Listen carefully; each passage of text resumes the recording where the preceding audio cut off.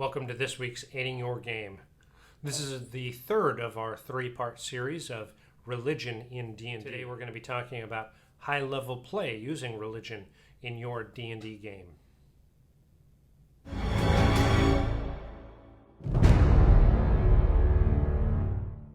Now before we start, make sure you hit that subscribe button. Hit the bell for notifications when we post new content each week. Leave a comment and give us a thumbs up to help us grow.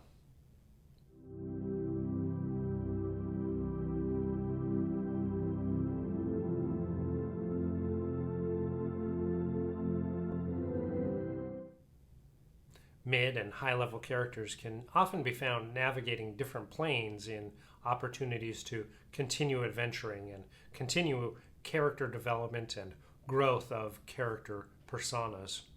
Whether that's descending down into the abyss, fighting in the Nine Hells, climbing Mount Celestia, or exploring Elysium. If you're interested in high-level character play, generally above level 15, the Prime Material plane is very challenging to conduct those types of story adventures to give your players and the characters good story ideas and challenges that make logistical sense to their path so far. Sure, you can throw a Tarrasque or two at them, but how does that integrate to their early story, their character story arcs, and the game world that you've presented to them up until this point? The multiverse realms of D&D are chock full of legends and lore, with opportunity for player characters to have almost daily interactions with divine presences. But as the players approach high level, the characters are approaching their natural end of days.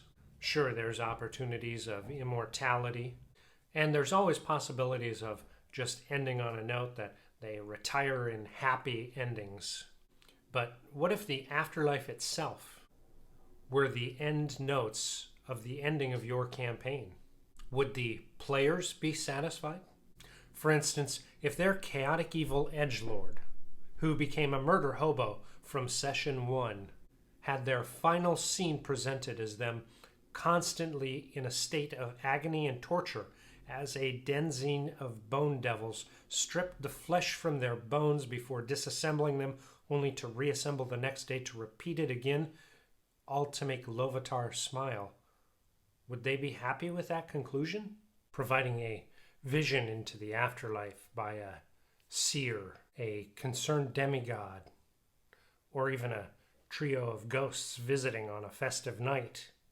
A party of adventurers exposed to the afterlife of what their characters will experience in the afterlife for an eternity could be a great opportunity for them to come together as an adventuring group to help each other, whether that be achieve a greater afterlife outcome, stay together in the afterlife, serve deities in the afterlife, or avoid anguish for eternity. The final adventuring acts of a party of adventurers may require great planar travel, righting wrongs of their past, facing consequences of their actions from early on, including rescuing souls of those they wronged in the past, facing those they've left to torment and anguish from actions in their past, or even fighting battles in a deity's home plane.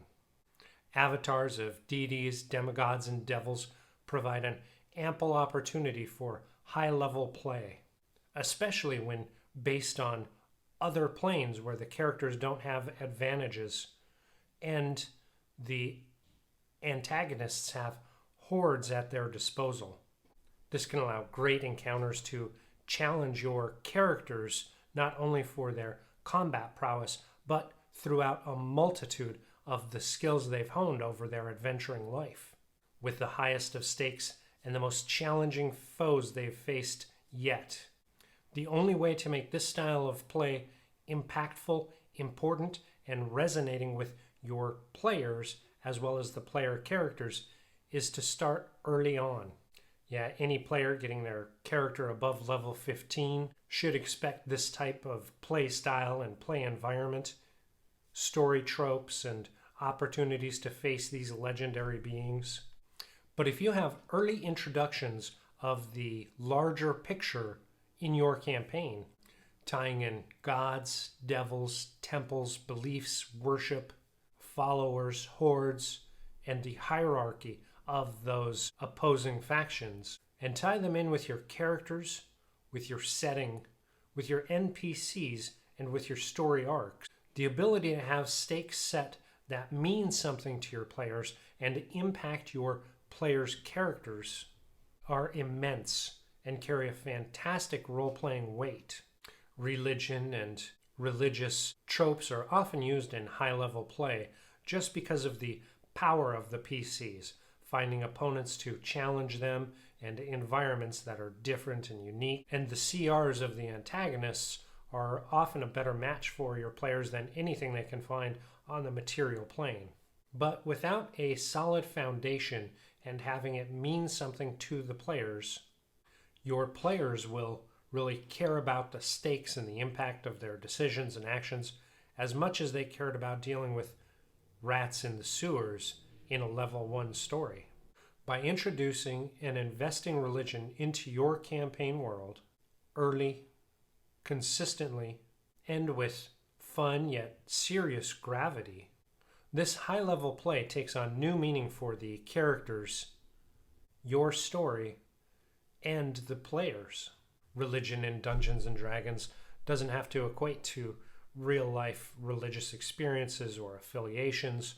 It's meant as an opportunity to explore story themes and ideas the same way you explore themes and story ideas from different races or different classes.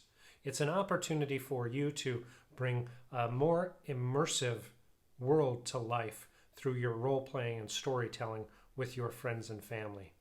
Religion in your Dungeons & Dragons game does not have to be the be-all, end-all of the story arc, but should be a strong facet of your storytelling campaign world to bring another layer of realism and opportunity for your characters in that game world to explore. Whether you're just starting world building, have been world building for years and years, are just starting a campaign, or continuing a campaign that's been going for some time, don't ignore the opportunity to bring religion into play in a big way in your game. Encourage your players to explore religion from their characters' points of view, and to look at opportunities for using religion versus just city-state governance into play in shaping how your antagonists deal with the goals and motives of their master plans.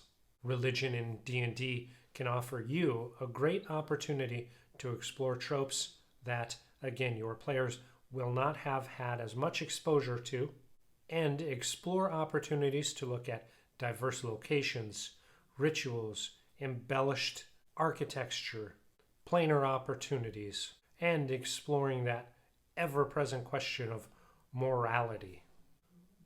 While avoiding challenging theme can often be a great way for us to escape and have fun at the table, sometimes confronting some of those more challenging dilemmas in morality can be a refreshing way for us to reflect on ourselves as people as well as a community at the table.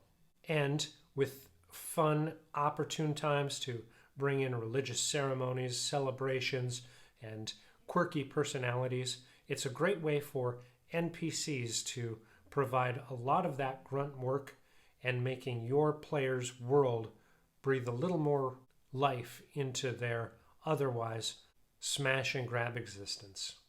I hope you enjoyed this series. Leave a comment down below and let me know if you've incorporated religion into your game world, into your story arcs, or if your players have brought in religion via their character development. Let me know how that's gone for you, what your pros and cons are, if you have any questions or ever got stuck on any type of a hill. I'd love to help out, hear your feedback, and help share more opportunities to change and find new and unique and different and fun and relaxing and intriguing ways to play the game that we all love.